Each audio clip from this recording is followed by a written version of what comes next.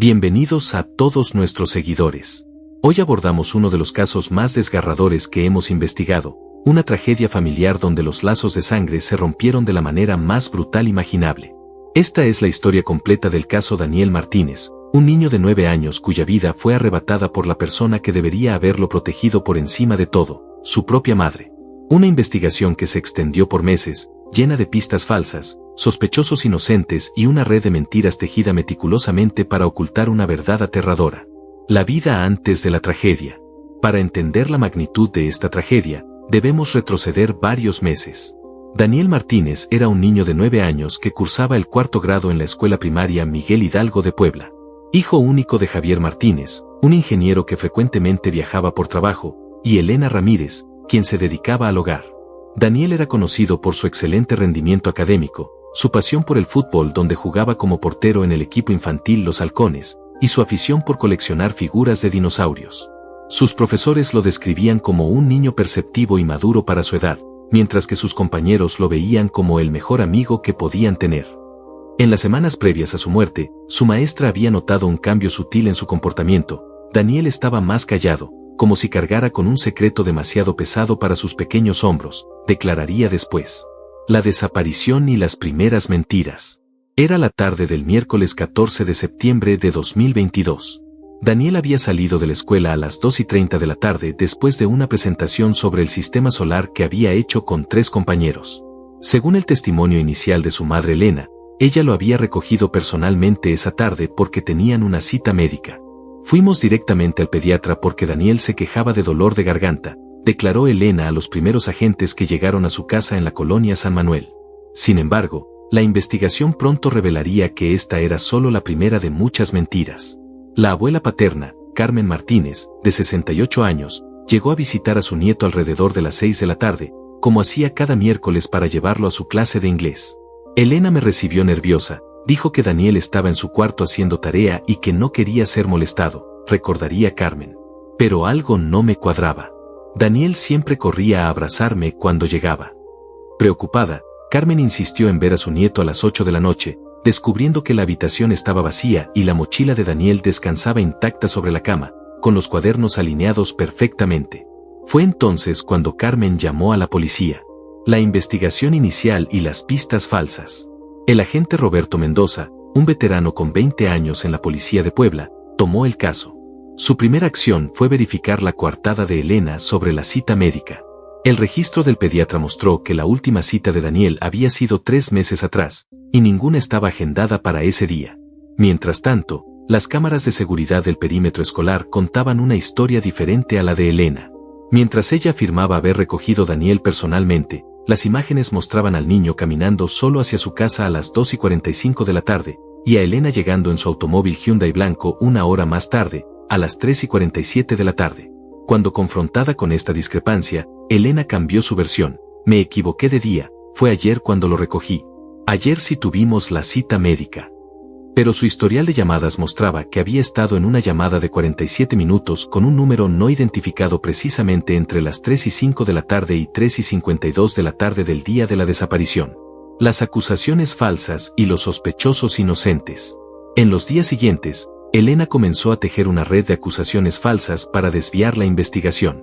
Acusación contra el profesor de fútbol. Elena sugirió que Miguel Ángel Torres, el entrenador de 35 años del equipo de Daniel, podría estar involucrado. Siempre estaba muy pendiente de Daniel, le daba regalos sin motivo, declaró. La investigación reveló que Miguel Ángel tenía una coartada sólida, estaba en una reunión con padres de familia en las instalaciones deportivas municipales, con más de 20 testigos. Acusación contra un vecino. Elena mencionó que Andrés López, un vecino de 52 años que vivía 3 casas más abajo, siempre miraba raro a los niños del barrio. Andrés, quien resultó ser un jubilado con problemas de movilidad, proporcionó registros de su oxímetro que mostraba que no había salido de casa ese día. Acusación contra la abuela paterna. En un giro particularmente cruel, Elena insinuó que Carmen Martínez podría haber tenido algo que ver. Ella siempre ha estado celosa de mi relación con Daniel, afirmó. Esta acusación se derrumbó cuando se verificó que Carmen estaba en una junta de la Asociación de Padres de Familia en otra escuela durante la ventana crítica del crimen. La evidencia digital y la relación extramatrimonial. Mientras la búsqueda de Daniel continuaba, el análisis forense digital del teléfono de Elena reveló patrones alarmantes. Había estado manteniendo una relación extramatrimonial con Carlos Hidalgo, un arquitecto casado de 42 años. Los mensajes entre ellos, recuperados a pesar de haber sido eliminados, mostraban una relación apasionada, pero también mencionaban repetidamente un problema que necesitaban resolver permanentemente desde hacía varias semanas. Un mensaje particularmente revelador, enviado por Elena a Carlos el 10 de septiembre, decía: Daniel sospecha algo. Hoy preguntó por qué siempre vas los miércoles cuando papá no está. Tenemos que hacer algo antes de que Javier regrese. El hallazgo trágico y las evidencias contradictorias. El 16 de septiembre, 2 días después de la desaparición, un hallazgo macabro estremeció a la comunidad. Un grupo de voluntarios que buscaba en un terreno baldío en Santa María Zonacatepec, a 15 kilómetros de la casa de los Martínez, encontró el cuerpo sin vida de Daniel. El pequeño estaba vestido con el mismo uniforme escolar que llevaba el día de su desaparición. La autopsia realizada por el médico forense Dr. Fernando Rojas reveló que Daniel había sido envenenado con fosfuro de zinc, una sustancia comúnmente encontrada en raticidas, y que había fallecido entre las 3:30 de la tarde y 4:15 de la tarde del día de su desaparición. El informe también mencionaba la presencia de jugo de manzana no digerido en su estómago, sugiriendo que el veneno había sido administrado poco después de su llegada a casa. La red se cierra, evidencia irrefutable. La investigación tomó un giro decisivo cuando se analizaron varios elementos clave.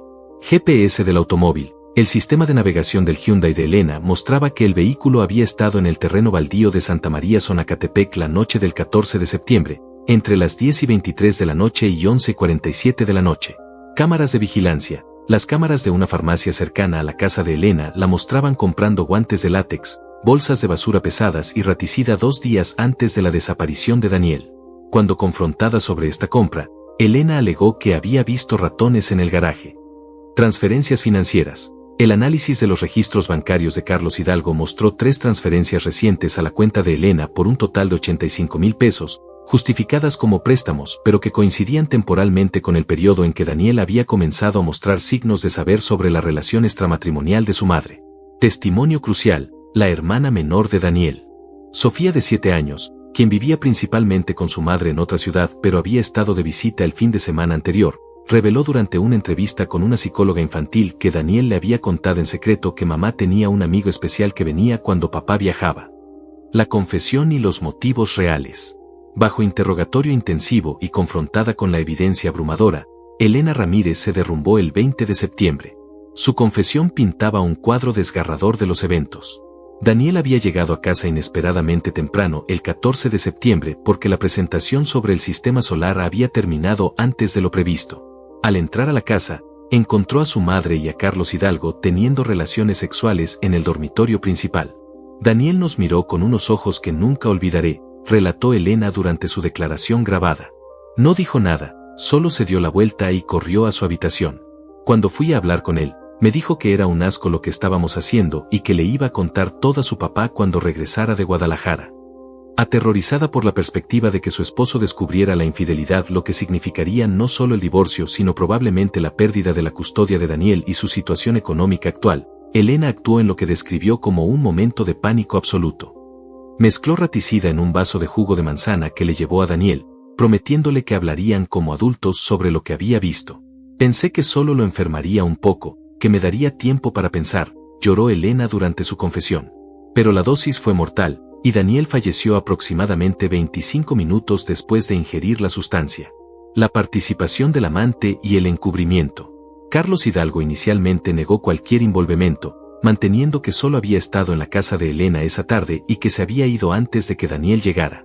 Sin embargo, cuando se le confrontó con múltiples evidencias, incluyendo mensajes donde Elena le decía hiciste lo que tenías que hacer y el testimonio de un vecino que lo había visto llegar y salir de la casa en horarios que coincidían con la muerte de Daniel, también confesó su participación.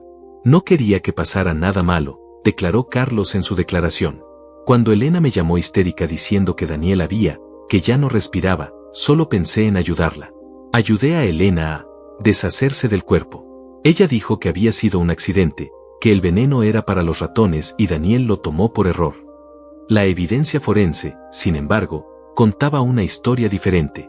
Las huellas digitales de Carlos estaban en las bolsas utilizadas para transportar el cuerpo, en la pala encontrada en el maletero del coche de Elena, y su vehículo había sido captado por cámaras de tráfico en la ruta hacia el terreno baldío durante la madrugada del 15 de septiembre. Nuevos sospechosos y otras líneas de investigación. Durante la investigación, surgieron otros posibles involucrados que fueron minuciosamente investigados y descartados. El padre de Daniel, Javier Martínez, fue investigado inicialmente, pero su coartada era irrefutable. Estaba en Guadalajara por trabajo, con registros de hotel, reuniones de negocios y testigos que confirmaban su ubicación. Un tío con antecedentes, Ricardo Ramírez, hermano de Elena con antecedentes por fraude, fue brevemente sospechoso cuando se descubrió que había estado en la zona el día del crimen. Sin embargo, se estableció que estaba visitando a su novia en un hospital cercano. Una expareja de Carlos, la esposa de Carlos Hidalgo, al descubrir la infidelidad, fue investigada como posible instigadora, pero no se encontró evidencia que la vinculara con el crimen. El juicio y las sentencias. El caso llegó a los tribunales en marzo de 2023, atrayendo atención mediática nacional. La Fiscalía presentó 243 piezas de evidencia, incluyendo testimonios de 47 testigos, análisis forenses digitales de 8 dispositivos electrónicos, registros financieros de 5 cuentas bancarias, 147 horas de grabaciones de cámaras de seguridad. El testimonio de la psicóloga escolar sobre los cambios en el comportamiento de Daniel. Los mensajes completos entre Elena y Carlos discutiendo el problema Daniel. El historial de búsquedas en el teléfono de Elena sobre venenos indetectables y síntomas de envenenamiento. El testimonio grabado de la hermana de Daniel sobre cómo el niño le había confesado que mamá tenía un amigo secreto. El 15 de junio de 2023, después de 12 semanas de juicio, Elena Ramírez fue declarada culpable de homicidio calificado con premeditación y alevosía, y sentenciada a 52 años de prisión. Carlos Hidalgo recibió 22 años por encubrimiento, complicidad después del hecho y obstrucción a la justicia. Las consecuencias y el legado de Daniel. El padre de Daniel, Javier Martínez, transformó su dolor en acción creando la Fundación Daniel Vive, dedicada a apoyar a niños en situaciones de riesgo, concientizar sobre la violencia infantil y promover mejores protocolos de protección infantil. Perdí a mi hijo de la manera más traicionera imaginable, declaró Javier durante una conmemoración. Pero su memoria vivirá a través de esta fundación que ayudará a otros niños. El caso también generó cambios significativos en el sistema educativo de Puebla, implementando protocolos más estrictos para reportar ausencias estudiantiles inmediatas, mejor comunicación entre escuelas y padres, y programas de detección temprana de problemas familiares.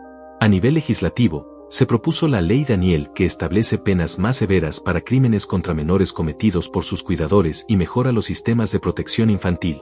Reflexión final. El caso Daniel Martínez nos confronta con las profundidades más oscuras a las que puede descender la naturaleza humana cuando el egoísmo, el miedo, la inmoralidad y la cobardía se combinan. Una madre, destinada por naturaleza a ser el refugio seguro de su hijo, se convirtió en su verdugo para proteger una relación ilícita y un estilo de vida. La meticulosa investigación policial, combinada con el análisis tecnológico avanzado y la perseverancia incansable de la familia extendida de Daniel, aseguró que la justicia prevaleciera contra una red elaborada de mentiras y acusaciones falsas. Las múltiples pistas falsas sembradas por Elena demostraron una calculada premeditación para desviar las sospechas hacia inocentes. Sin embargo, ninguna sentencia, por larga que sea, puede devolver la vida a un niño cuyo único crimen fue descubrir una verdad incómoda y comportarse con la honestidad natural de la infancia. Daniel pagó con su vida el precio de la doble moral y las acciones inmorales de los adultos que deberían haberlo protegido. Esta tragedia sirve como un recordatorio sombrío de que los secretos familiares pueden tener consecuencias devastadoras, de que la protección de los más vulnerables debe ser siempre nuestra prioridad fundamental como sociedad, y de que la justicia, aunque a veces tarde, eventualmente alcanza a quienes rompen los sagrados lazos de confianza familiar.